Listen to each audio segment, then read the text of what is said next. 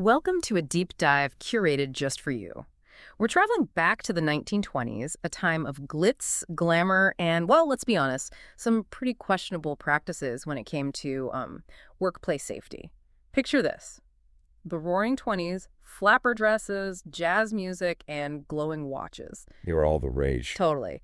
But these weren't your average timepieces. They were powered by a brand new wonder element, radium. And that's where we meet the Radium Girls, the women who painted those watch faces. Their story, though, it's a lot more complicated than just a cool historical anecdote. So imagine a world captivated by this glowing, seemingly magical substance, radium. What was it that had everyone so enthralled? Radium was, well, it was the game changer. Think of it like the internet of its day. Full of potential, but also a bit mysterious. People were putting it in everything. Toothpaste, medicine, you name it. Yeah. They were convinced it was a cure-all. It's easy to see how that happens, right? Something new and shiny comes along. Literally shiny in this case. Right. And people get swept up in the excitement.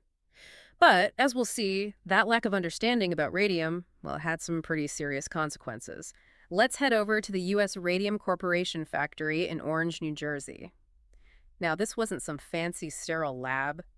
Picture hundreds of workers, mostly young women, painting watch dials by hand all day, every day, to keep up with this craze for these luminous watches. And these weren't just nameless faces in a factory. Exactly. These were real women, each with their own stories. We've got Grace Fryer, a bright young woman who dreamed of becoming an accountant. This factory job was supposed to be a stepping stone, a way to pay for those accounting classes.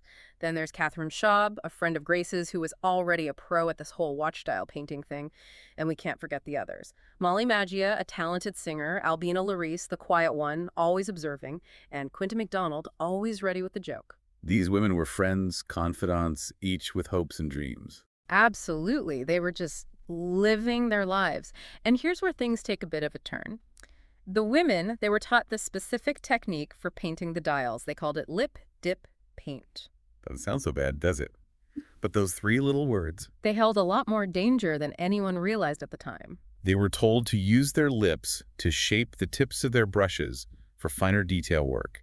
Dip those brushes directly into the radium paint and then, apply it to the watch dials. Wait, they used their lips? Yeah. Seriously, that's kind of horrifying. It's hard to imagine that happening today, isn't it? You've got that right. It just sends shivers down my spine. What's even more unsettling is that, the company, they kept telling these women that radium was completely safe. They even went as far as, promoting its health benefits. Are you serious? Oh, yeah. It's a stark reminder of, how much we didn't know back then about the long-term effects of these substances. Remember that nickname Ghost Girls? Well, it wasn't just some spooky story. Nope, it was real. One of the side effects of, ingesting and inhaling radium dust was that it actually made the women glow in the dark. They glowed in the dark? Seriously? Right. It was like something out of a comic book. The radium, it built up in their bones and emitted this eerie luminescence. Wow. That's both fascinating and a little creepy. So they were literally walking around glowing. Pretty much. And, at first they thought it was kind of fun. They'd show off their glowing skin and hair. I can imagine. It probably felt like having a superpower or something. Right. But sadly, that glow, it was a warning sign of the danger that was silently building up in their bodies. And that's where things take a darker turn, right? Yeah. Those seemingly harmless side effects, they started to give way to some really serious health problems. It started subtly, didn't it? Like with Mollie, the singer we talked about. Oh, Mollie's case was heartbreaking. She started having these awful toothaches and jaw pain, the kind that just wouldn't quit, right? Exactly. And she even had some teeth removed. But the pain, it just kept coming back. Doctors couldn't figure out what was wrong. At the time, radiation poisoning was still a mystery. No one was connecting the dots between their symptoms and their exposure to radium. So the women were left in the dark, literally and figuratively. And tragic. They were often misdiagnosed, their pain dismissed. And it wasn't just Mollie. Albina, the quiet one, she started experiencing this overwhelming fatigue. I can't imagine trying to function with that kind of exhaustion. And then there were the bruises. They'd just appear out of nowhere. It's like their bodies were slowly turning against them. And they had no idea why. It's scary to think about. But these weren't just random ailments. They were classic signs of radiation poisoning. And what about Grace? She was so determined to keep working, to pay for those accounting classes. But she was. But even her determination couldn't erase the growing fear that something was terribly wrong. They all knew it. But what could they do? They were up against this massive corporation, a company that seemed more concerned with profits than the well-being of its workers. It's hard to even imagine, being in so much pain and still finding the strength to fight back. Oh, absolutely. But Grace did. Even with everything going on, she knew she couldn't just ignore what was happening. To her, to her friends, to all of them, Hmm. it's really what makes Grace's story so incredible. She really was a fighter. This young woman with dreams of a different life, Mhm. of numbers and balance sheets. Right. But when she came face to face with this injustice, she put those dreams on hold and became, well, almost like a detective, determined to uncover the truth. She really did become an advocate for herself and all the women. She did. Spending countless hours in libraries, reading medical journals, scientific articles, just trying to make sense of it all, trying to solve the puzzle of radium. And this was way before Google, before WebMD. Oh, absolutely. Research was a completely different beast back then. It took real dedication. It did. But armed with this knowledge, she confronts the company head on, tells them point blank, "We believe the radium is making us sick." Can you imagine that? A group of their own workers coming to them with this information, telling them their product was harming them. It's hard to believe they wouldn't take it seriously. You'd think so, wouldn't you? But sadly, that wasn't the case. So what did they do? Instead of acknowledging the problem, the U.S. Radium Corporation, they doubled down. They denied any wrongdoing. Oh, They insisted their processes were safe, even going so far as to point to the use of radium, like in some medical treatments, as proof. it's like they were using a tiny bit of truth to hide a much bigger problem. Classic David versus Goliath. It really was. This powerful corporation with all its resources and influence, dismissing the very people who were essential to its success. It's a familiar story, isn't it? It's heartbreaking, and sadly it still happens today. It does. But Grace, she knew deep down they were being lied to, that their lives were being put at risk, all for profit. Exactly. It's just infuriating. Absolutely. And Grace realized she needed more than just her research. She needed proof. Hard evidence. So she just kept pushing. Yep. Knocking on doors, seeking out a medical professional who would listen to them, who would believe them. And she found Dr. Harrison Martland. She did. What a hero. He really was. He was a county physician, and thankfully he was different. He didn't dismiss the women's concerns. He didn't just accept what the company was saying. They actually listened. He did, and he conducted tests, thorough tests, and what he found was horrifying.